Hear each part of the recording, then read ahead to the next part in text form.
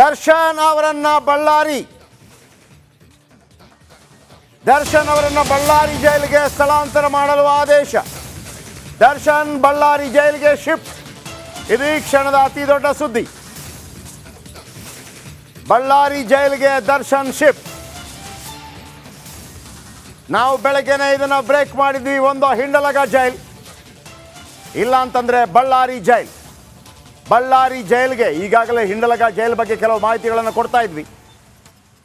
ದರ್ಶನ್ ಬಳ್ಳಾರಿ ಜೈಲಿಗೆ ಶಿಫ್ಟ್. ಈಗ ಅಧಿಕೃತ ಆದೇಶ ಹೊರಬಿದ್ದಿದೆ. ನಾವು ಬೆಳಗಿನಿಂದ ಹೇಳ್ತಾ ಇದ್ವಿ, ಮುಖ್ಯಮಂತ್ರಿಗಳ ಆದೇಶಕ್ಕೆ ಕವಡೆ ಕಾಸಿನ ಕಿಮ್ಮತ್ತಿಲ್ಲ ಅಂತಂದ್ರೆ ಏನು ಕತೆ. 4 ಸಚಿವರು ದರ್ಶನನ್ನ ಬೆಂಗಳೂರಲ್ಲಿ ಉಳಿಸ್ಕೊಳ್ಳೋದಕ್ಕೆ ಬಹಳ ಪ್ರಯತ್ನ ಪಟ್ಟರು. ಬೆಂಗಳೂರಿನ ಇಬ್ಬರು ಸಚಿವರು, ಒಬ್ಬರು ಸಚಿವರಂತೂ ಮುಖ್ಯಮಂತ್ರಿಯವರ ನಂತರದ ಸ್ಥಾನದಲ್ಲಿರುವವರು, ಇನ್ನೊಬ್ಬರು ಮುಖ್ಯಮಂತ್ರಿಯವರ ಅಕ್ಕಪಕ್ಕ 360 ಡಿಗ್ರಿಯಲ್ಲಿರೋರು. ಇದೀಗ ದರ್ಶನ್ ಬಳ್ಳಾರಿ ಜೈಲಿಗೆ ಶಿಫ್ಟ್. 24ನೇ ACMM ಕೋರ್ಟ್ನಿಂದ ಆದೇಶ. ಶಬ್ಬಾಸ್, ದರ್ಶನ್ ಬಳ್ಳಾರಿ ಜೈಲಿಗೆ ಶಿಫ್ಟ್ ಆಗಿದ್ದಾರೆ. ಈ ಆದೇಶವನ್ನು ಈಗಾಗಲೇ 24ನೇ ACMM ಕೋರ್ಟ್ ನೀಡಿದೆ. ಬಹುಶಃ ಮಾಧ್ಯಮಗಳು ಕೂಡ ನಿರಂತರವಾಗಿ ವರದಿಯನ್ನು ಮಾಡ್ತಾ ಇತ್ತು. ಸರ್ಕಾರದ ಮಾತನ್ನು ಯಾರೂ ಕೇಳ್ತಾ ಇಲ್ಲ, ಪೊಲೀಸರು ಏನು ಮಾಡೋಂಗಿಲ್ಲ, ರೌಡಿಗಳ ಅಟ್ಟಹಾಸಗಳೇ ಜಾಸ್ತಿ ಆಗಿದೆ, ಕಾನೂನಿಗಿಂತ ರೌಡಿಗಳ ಕಾನೂನೇ ಮಿಗಿಲಾಗಿದೆ, ಪೊಲೀಸರನ್ನು ಕೇಳೋರೇ ಇಲ್ಲ. ಪೊಲೀಸರು ಕೂಡ ವಿಲ್ಸನ್ ಗಾರ್ಡನ್ ನಾಗನ ಆದೇಶವನ್ನು ಪಾಲಿಸುವಂತಾಗಿದೆ. ಹಾಗಾಗಿ ನಾವು ಬೆಳಿಗ್ಗೆ ಹೇಳಿದ್ವಿ, ವಿಲ್ಸನ್ ಗಾರ್ಡನ್ ನಾಗನನ್ನೇ CM ಮಾಡಿಬಿಟ್ರಪ್ಪ, ಆಮೇಲೆ ಕುಳ್ಳ ಸೀನ ಇದ್ದಾನಲ್ಲ ಅವನನ್ನು ಗೃಹ ಸಚಿವರನ್ನಾಗಿ ಮಾಡಿಬಿಡಿ. ಎಲ್ಲ ಮಜಾ, ಎಲ್ಲರೂ ಕಾಫಿ ಕುಡ್ಕೊಂಡು, ಸಿಗರೇಟ್ ಸೇದ್ಕೊಂಡು, ಗಾಂಜಾ ಸೇದ್ಕೊಂಡು, ದಮ್ ಹೊಡ್ಕೊಂಡು, ಡ್ರಂಗ್ ಹೊಡ್ಕೊಂಡು ಎಲ್ಲ ಅಲ್ವಾ. ಯಾವನಿಗೆ ಬೇಕು ಕಾನೂನು, ಯಾವನಿಗೆ ಬೇಕು ನೈತಿಕತೆ, ಯಾವನಿಗೆ ಬೇಕು? ಮುಖ್ಯಮಂತ್ರಿ ಆದೇಶ ಕೊಡ್ತಾರೆ, ಅದನ್ನು ಪೊಲೀಸ್ ಅಧಿಕಾರಿಗಳು ಯಾಕೆ ಪಾಲಿಸ್ತಾ ಇಲ್ಲ ಅಂತಂದರೆ ಮುಖ್ಯಮಂತ್ರಿಗಳ ಮೇಲೆ, ಗೃಹ ಸಚಿವರ ಮೇಲೆ 4 ಸಚಿವರ ಒತ್ತಡ. 4 ಸಚಿವರ ಒತ್ತಡ. ರಿಪಬ್ಲಿಕನ್ನ ಬೆಳಗಿನಿಂದ ಹೇಳ್ತಾ ಇತ್ತು,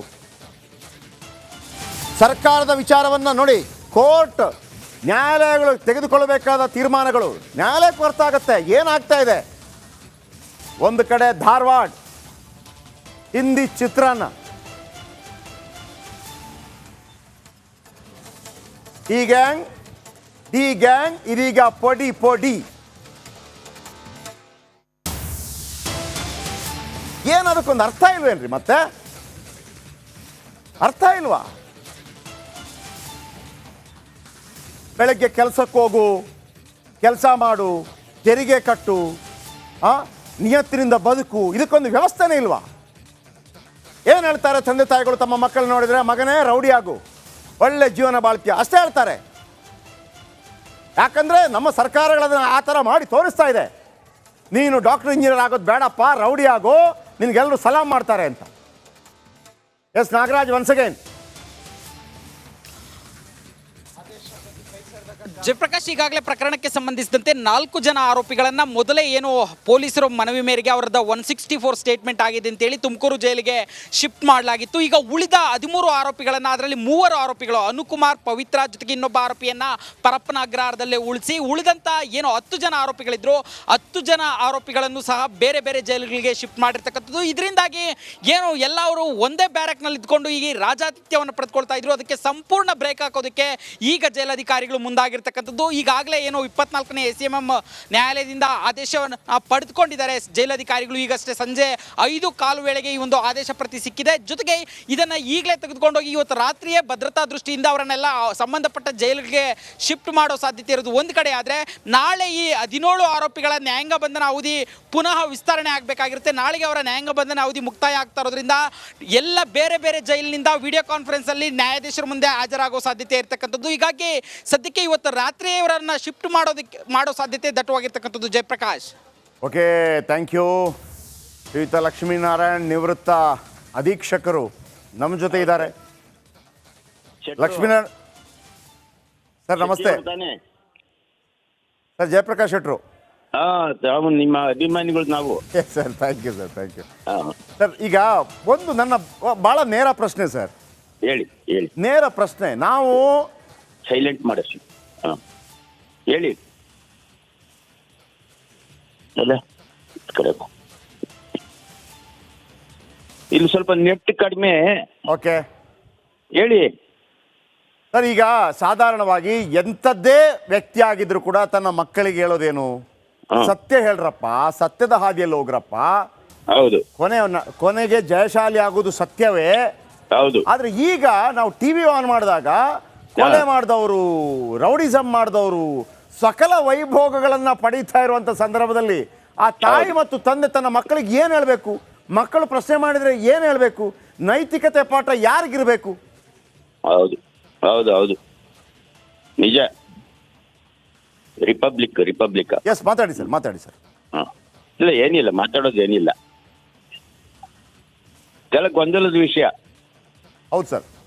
ಹೌದು. ಅಲ್ಲ, ಈಗ ಈ ತರ ಈಗ ನಿಮ್ಮ ಕಾಲಾವಧಿಯಲ್ಲೂ ಕೂಡ ಇಂಥ ಪ್ರೆಷರ್ಗಳಿರುತ್ತೆ, ಎಲ್ಲ ಟೈಮಲ್ಲಿ ಇರುತ್ತೆ.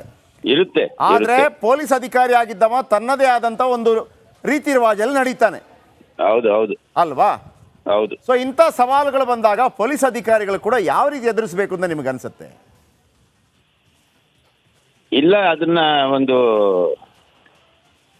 ಈ ತರ ಓಪನ್ ಆಗಿ ಮಾಡಬಾರ್ದು ಅಂತ ನಾನು ಹೇಳೋದು. ಓಕೆ. ಸ್ವಲ್ಪ ಎರಡೂ ಕಡೆ ನಮ್ಗೆ ಅದು ಆರೋಪಿ ಕೂಡ ಅವನು ಸಮಾಧಾನವಾಗಿ ಜೈಲಿನಲ್ಲಿ ಇರ್ಬೇಕು. ಖಂಡಿತ ಅಲ್ವಾ? ಖಂಡಿತ. ನಮ್ಮ ಕಾನೂನು ಪಾಲನೆ ಆಗ್ಬೇಕು. ಆದ್ರೆ ಒಂದೇನು ಗೊತ್ತಾ ಸರ್, ಈಗ ತಪ್ಪು ಮಾಡಿದವನಿಗೂ ಕೂಡ ಹೌದು, ತಾನು ತಪ್ಪು ಮಾಡಿದ್ದೀನಿ, ತಾನು ಸರಿಯಾಗಬೇಕು ಅನ್ನುವಂಥದ್ದು ಆಗಬೇಕು ಜೈಲಲ್ಲಿ. ಬಿಟ್ರೆ ಹೌದು, ನಾನು ಇನ್ನೊಂದ್ಸಲ ಬರ್ತೀನಿ, ಯಾವನೇನ್ ಮಾಡ್ತಾನೆ ಅನ್ನೋ ರೀತಿಯಲ್ಲಿ ಆಗಬಾರ್ದು. ಹೊರಗಿದ್ದವನಿಗೆ ಅನಿಸ್ಬಾರ್ದಲ್ಲ, ಅಯ್ಯೋ ನಾನು ರೌಡಿ ಆಗೋದೇ ಬೆಸ್ಟ್ ಅಂತ ಅನಿಸ್ಬಾರ್ದಲ್ಲ. ಆಗ್ಬಾರ್ದು ಖಂಡಿತ. ಓಕೆ ಲಕ್ಷ್ಮೀನಾರಾಯಣ, ಥ್ಯಾಂಕ್ ಯು ನಮ್ಮ ಜೊತೆ ಮಾತನಾಡೋದಕ್ಕಾಗಿ.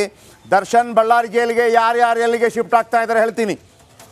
ದರ್ಶನ್ ಬಳ್ಳಾರಿಗೆ, ಪವನ್ ಮೈಸೂರಿಗೆ, ರಾಘವೇಂದ್ರ ಮೈಸೂರು ಟೂರ್, ನಂದೀಶ್ ಮೈಸೂರು ಜೈಲಿಗೆ, ಜಗದೀಶ್ ಶಿವಮೊಗ್ಗ, ಧನರಾಜ್ ಧಾರವಾಡ, ವಿನಯ್ ವಿಜಯಪುರ, ನಾಗರಾಜ್ ಗುಲ್ಬರ್ಗ, ಲಕ್ಷ್ಮಣ್ ಶಿವಮೊಗ್ಗ, ಪ್ರದೋಷ್ ಬೆಳಗಾವಿ, ಪವಿತ್ರ ಗೌಡ ಪರಪ್ಪನ ಅಗ್ರಹಾರ, ಅನುಕುಮಾರ್ ಪರಪ್ಪನ ಅಗ್ರಹಾರ, ದೀಪಕ್ ಪರಪ್ಪನ ಅಗ್ರಹಾರ, ರವಿ ತುಮಕೂರು, ಕಾರ್ತಿಕ್ ತುಮಕೂರು, ನಿಖಿಲ್ ತುಮಕೂರು, ಕೇಶವಮೂರ್ತಿ ತುಮಕೂರು, ಪರಪ್ಪನ ಅಗ್ರಹಾರ, ಬೆಳಗಾವಿ, ಶಿವಮೊಗ್ಗ, ಗುಲ್ಬರ್ಗ, ವಿಜಯಪುರ, ಧಾರವಾಡ, ಮೈಸೂರು, ಬಳ್ಳಾರಿ. ಒಟ್ಟು 8 ಜೈಲ್ಗಳಿಗೆ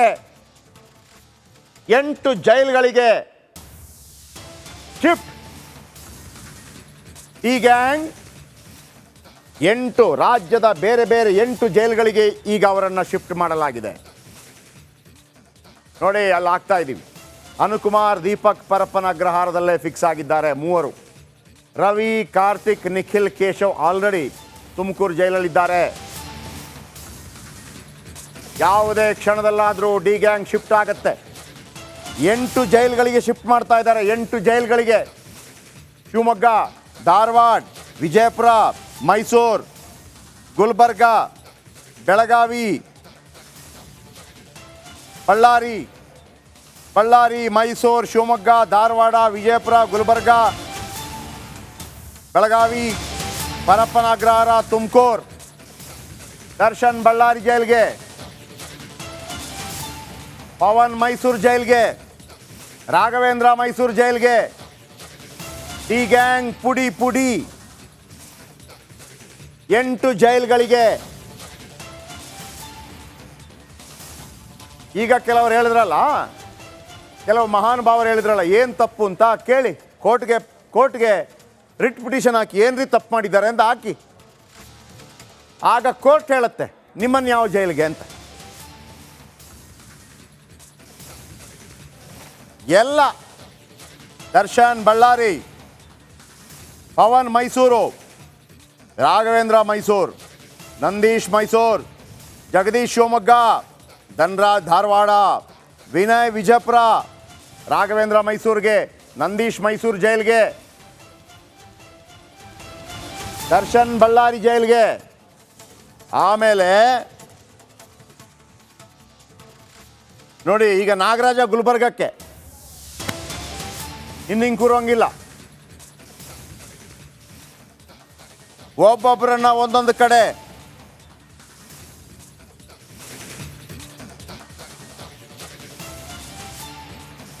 ನಿನ್ನೆಯಿಂದ ರಿಪಬ್ಲಿಕ್ ಕನ್ನಡ ನಿರಂತರ ವರದಿಯನ್ನು ಮಾಡ್ತಾ ಇತ್ತು.